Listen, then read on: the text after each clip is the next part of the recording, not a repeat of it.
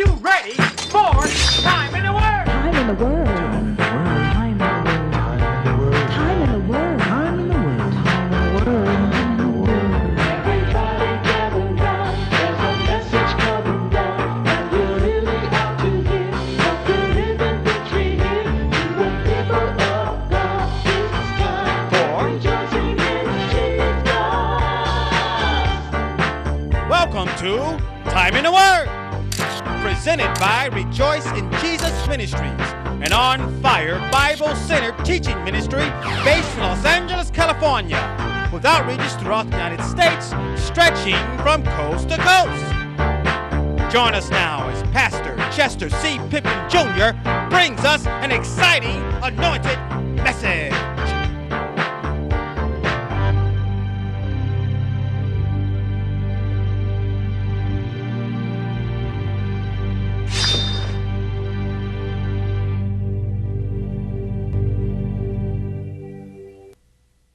Might be somebody else way down the street somewhere that missed the rapture too.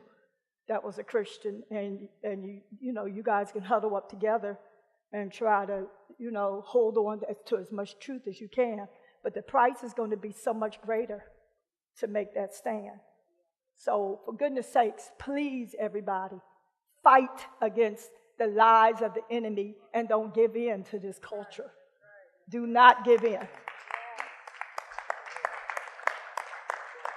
I don't care how uncomfortable it is. It's better to be uncomfortable and be in the light than to be comfortable in the dark. I started off by thinking about my children. I started off with my children in the 80s. I think it was, Sandra was born in 84. Tamika was born in 85. And Joey was born in 89. Okay, so those were the three that we thought we were going to raise. We thought it was going to stop there. That was the plan. Well, we didn't even plan them. That just was something God did. But anyway, so parenting in the 80s and parenting now we have JJ and Anijah. Anijah was born in 2001. Jeremiah was born in 2004. So we got a 20-year span of raising kids, from Sandra's 84 to Jeremiah's 2004. He's the youngest, she's the oldest. So we got 20 years that we have parented, and we've lived through several decades of parenting. And I can say that something has definitely changed. When my husband and I were raising Sandra, Tamika, and Joey, that, you had your challenges where most of the kids had parents in our church. Y'all know what I'm saying? So whatever we were teaching the parents, it was being passed down to the kids. So we kind of all were doing the same thing. Everybody was in there kind of working together. But now our kids are like everywhere. Spread out. And you got the internet today. And you got a lot going on. And you got social media where they're meeting people that you don't even know. And they're going places that you don't even know for sure. You think that they're where you think, but there's Uber and there's Lyft and there's something else. And they're all like everywhere.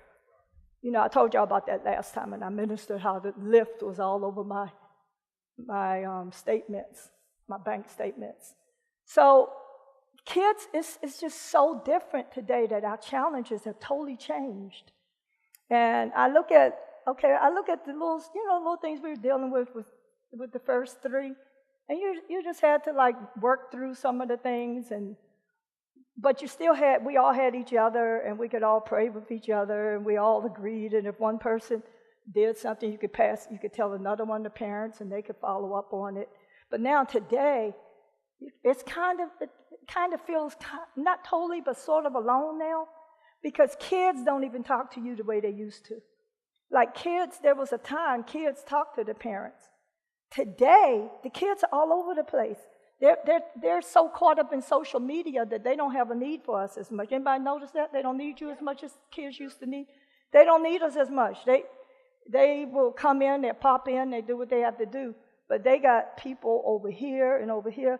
JJ has a game that he plays, and he loves that game. He's talking to people I've never even heard of. You know, and he's screaming, and they're screaming, I guess, on their end. And he's over here doing his thing. And you don't even know who these people are. So you don't know what kind of influence is going on. Then we got smartphones that are not that smart. They got a lot of information on them. And the kids are like on there listening to, you know, talking to people or getting information. We don't know what they know. We used to have a time that we were going to do that talk with our kids. Y'all remember that? We'd be like, we gotta find that right time to do the talk. You know, and that's when you start telling them about the birds and the bees and all this stuff. But we don't even get to do the talk now because we know somebody else talked for us. You don't know what they know. You don't know what they have seen. You don't know. You need God more today than ever before. And that's as a parent, that's what I find myself having to do. If I don't become a prayer warrior through parenting, then there's probably no prayer warrior for me. Because kids have put me through things that I know I can't do it myself. I know I can't protect them.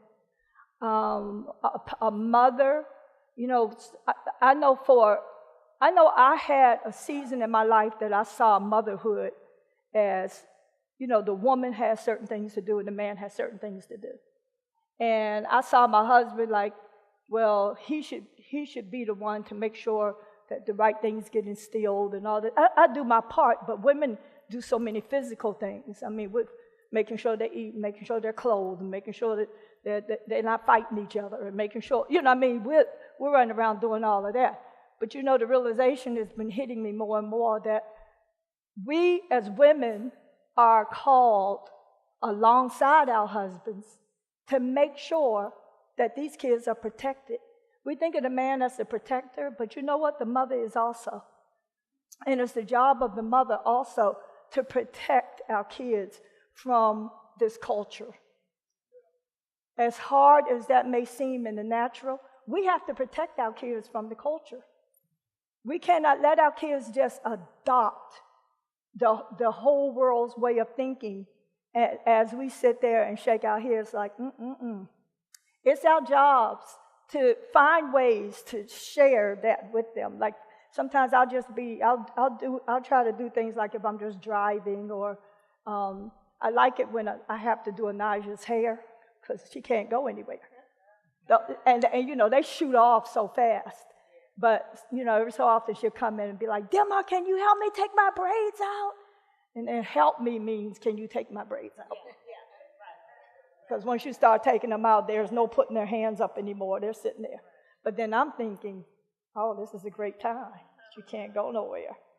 You know, so while I'm sitting there and I'm like helping take out her braids, it can take like an hour or two. And while you're sitting there taking the braids out, those are your moments that you can start dropping all kinds of seeds, you know. So I've had times that I would get in there and I knew I had her for a long time, and I used those moments to try to get something in her because in her everyday life, she's shooting off. She'll come in, she'll do something, and then can I have somebody, blah, blah, blah, blah, blah, and she's gone with her friends. And so I have to grab those times because she's 16 now, and it's not going to be long before she's going to think she's a woman. Between me and you, 18 is not the age anymore that they become adults. Just between us. Kids are still kids when they turn, a lot of them 21, 22, and they're still kids. So we have to get in here and find ways to instill that truth in our kids. And when I say our kids, I mean our kids.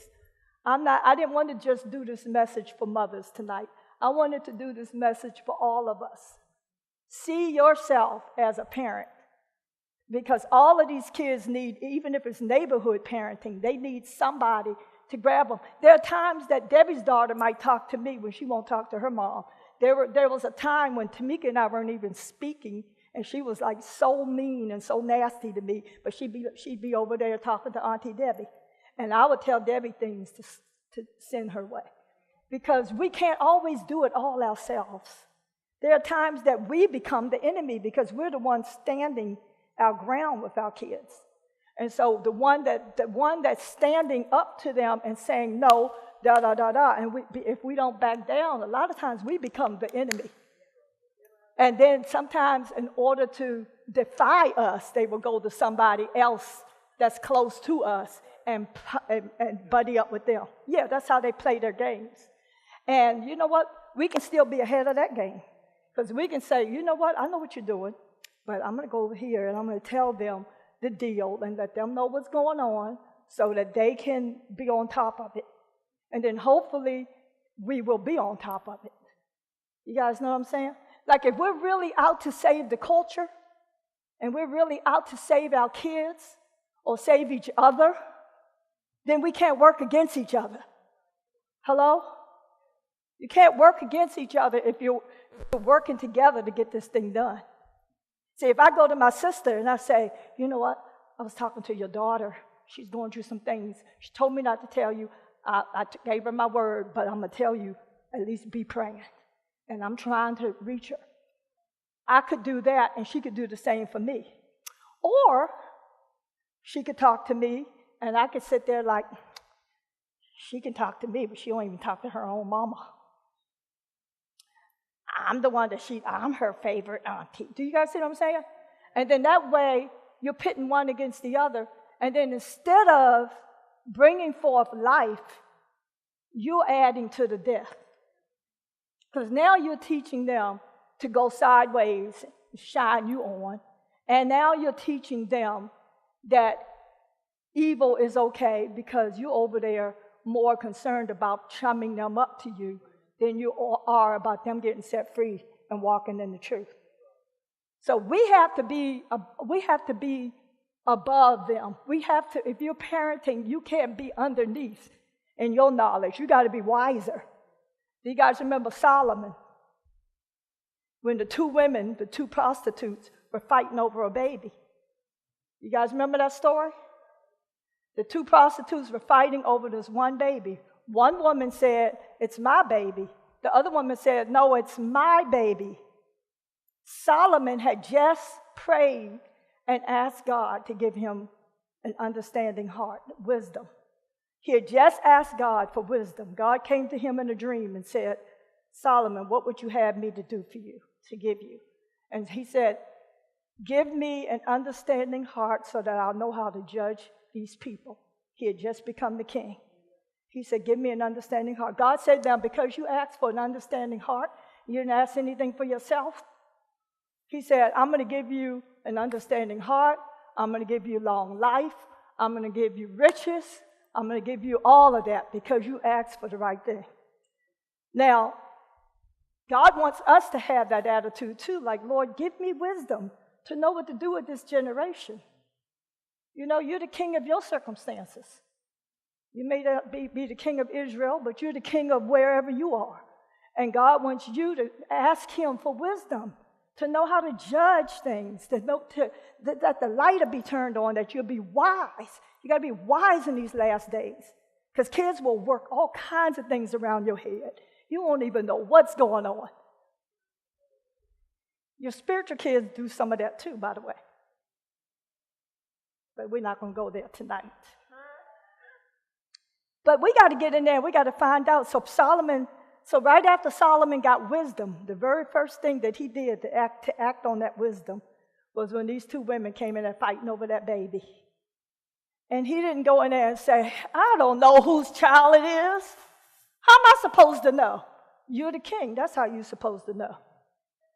It's your job to figure it out. So Solomon turns around and he tells the people. He says, okay. Tells the two women. He says, I tell you what. You see this sword right here? Let's just divide the child in half since you all are fighting over the baby. Since you want the baby so badly, both of you, let's just cut it in half and I'll give half of it to you, half of it to you. The one that was the true mother, see, a true mother will not divide their child. A true mother will not allow something to destroy their child to benefit themselves. Do you see? As much as she wanted that baby and as much as that was her baby, the true mother stood up and said, no, don't hurt the baby. Just give the baby over to her. The other person said, the other harlot said, no. The other one said, no, go on and divide it. Give us both our own halves. Divide it. Solomon said, you're not the mother. You're the mother. And he said, the one that stood there and said, I will not let any harm come to my child, you're the true mother.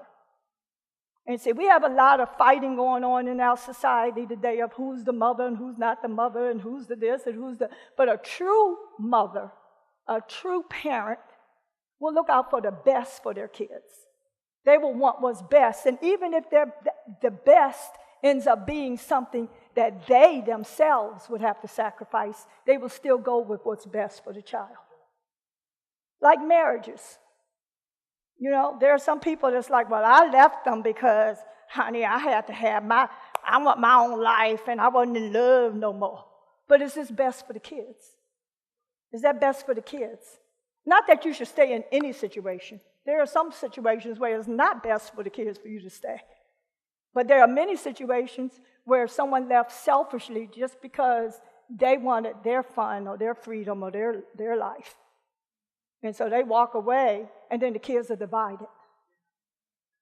Then the kids are like, well, is it mom or is it dad or is it who is it? And then when they get divided, then you see parents that don't have a peaceful departing. So if you're going to divide, still stay at peace enough to be able to let the kids know, if you see dad, that's fine. If you see mom, that's fine, because we both still love you. Maybe we ain't working out, but we still love you.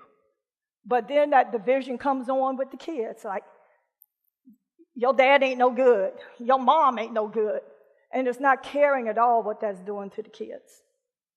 See, but a true parent will want the best, not the best just for your little emotions, but the best for the children. Solomon was wise in the way he explained it, and as a result, the true mother got her child. And I'm just saying that we need to do the same thing with this generation. We need to have the attitude like, when someone comes to us and you know something's wrong, and you guys, we have many opportunities in our body even to be peacemakers, don't we? And I don't mean peacemaker, I don't mean false peacemakers. There's a false peace and there's a true peace. False peace is when you act like everything's okay when it's not. But a true peace is, if a person really wants to be a peacemaker, you want to see peace and reconciliation take place in situations. So now, suppose one of, I'll use my kids because it's safer. Suppose one of my kids comes in and tells one of you something that, you know, my mom beat me last night and I didn't even do anything. Okay, now, at that moment, what are you going to do? What? You didn't do nothing and she beat you? What? Or you can say, but that sounds funny because I know your mom, and your mom, that doesn't seem to be her character to just beat for no reason, just beat, you know. Okay, so did you do anything? No, I didn't do nothing. She just was in a bad mood. She beat me. And it's like, that sounds a little strange, but I tell you what, I'll talk to your mom about it if you want me to. I'll talk to your mom and you know, and talk to them and see what their perspective was on it. And then that's a great opportunity to bring peace, because you might go and you might come to me and say, you know, Jeremiah said you beat him last night for no reason, and I know that's not your way of doing things, but I just thought I'd come to you anyway and mention it, that he seems to think that you didn't have a reason. And then at that point, you know, I could say, yeah, well, I did have a reason, but he's too immature to know that I had a reason. It was his, you know, don't put me on the level of a child. It doesn't mean kids don't have a say or a voice, but they have it from their perspective. So let's get on, let's be adult to adult right now. And let's talk about it as adults. So that's an opportunity for me to say, no, I spanked his butt. Yes, I did. And he needed it. And let me tell you why. And then I could tell the person, and the person could say, okay, I knew that. I knew that anyway. I knew there was something that was missing. And then they can go back and say, JJ, your mom did that because you needed to da-da-da-da-da. And then the thing stays at peace, and it's a peaceful situation. But then you could do it another way. Now, say you have an ulterior motive. Y'all know what that means? Anybody know what ulterior motives are? Okay, suppose you have this love need that needs to be met. And you and Jesus ain't been getting together a lot lately. And so you want somebody to think more highly of you than they ought to. So you want to be cherished and you want to be thought highly of. So you're insecure about who you are. So now the person comes to you and tells you something about someone else, and then you utilize that opportunity to, what's the word? What would the word be? To monopolize on it, in a sense. That's your opportunity for you to juice it and get as much out of it because it makes you feel more accepted and more loved or more good. You know, you see somebody else with a problem, and it shows that your problem ain't that bad because other people are bad too. You guys get me? And so instead of you being a peacemaker, you're bringing more problems. You're bringing more strife. And then it goes around, and then it starts going around the church, and then it moves over here, comes over here. The kids are too young to even know what the heck is going on. And you're over here, and stuff is spreading, and stuff is crazy, and stuff is out of control. And how are we going to change this culture and turn our culture around when we can't even turn out 10 people around? You guys hear me? We got to go a little bit deeper. We got to go a little deeper than we go. The word says deep calleth unto deep. We got to get in there, and we got to say, am I really here to bring peace? Am I here as an instrument of the Lord? Do I really want God to use me in these last days to see life come forth in other people? Do I want God to use me in this church? Do I want to see God do a great work in all of us? Or am I going to be one of the ones that's just like keeping this thing going? And if I keep it going, don't be surprised if we stay like this. But we're not going to do that, right? We cannot reach our kids. We got it going on ourselves. Does everybody hear me? Now, I've been in Rejoicing Jesus for a long time. Long time. 1974, September 1974 was when Rejoice first became incorporated. September 1974. February 1975 was when I met Pastor Pipkin, gave my life to the Lord, and became a part of this ministry. So that's like what? How many months is that? September, November, December, January, February. About 5 months. Yeah. So about 5 months after the ministry was incorporated, that's when it became an actual ministry, a business. Then 5 months later was when God brought me around. So I've been in this ministry for years. I've seen the ups, I've seen the downs, I've seen the full room and the full house, and people having to be downstairs. You guys, anybody remember those days? The overflow rooms downstairs, and the choir loft always had a whole group of people up here and all up here, and we've had chairs in the aisles. I've seen that, and then I've seen the empty rooms like what we have right now.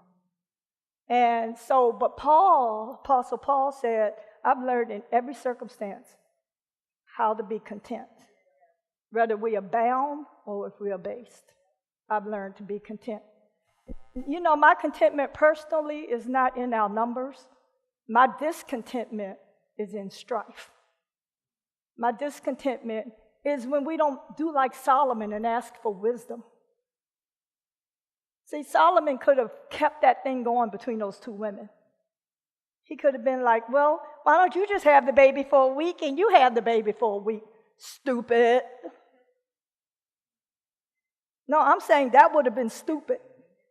If he had come up with something like that. I think sometimes even when kids are like snatched between parents and the child's in school, and then the judge orders that the child be with this parent for such and such a month and be with this parent for such and such a month, and the child's got to get snatched out of school in the middle of the school year and be sent off to somebody else's house. And now they're adjusting to a whole nother culture, a whole nother lifestyle, and some unwise judge sat there from his little platform and made a judgment call like that.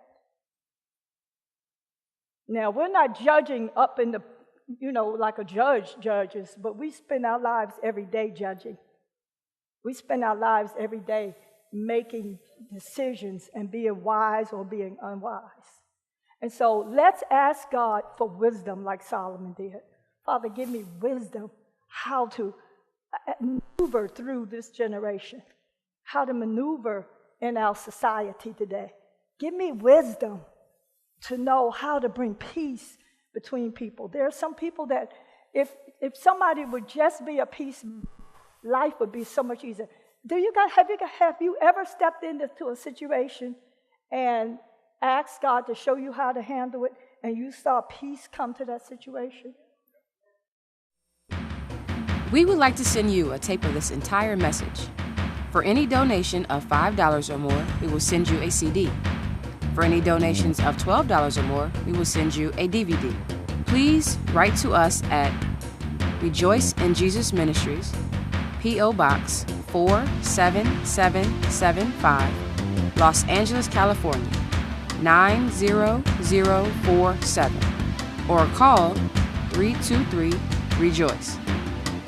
Please mention tape offer number TITW 1350.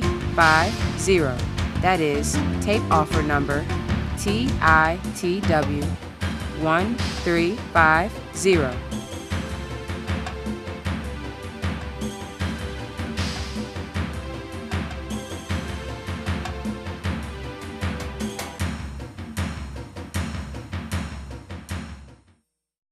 Hi.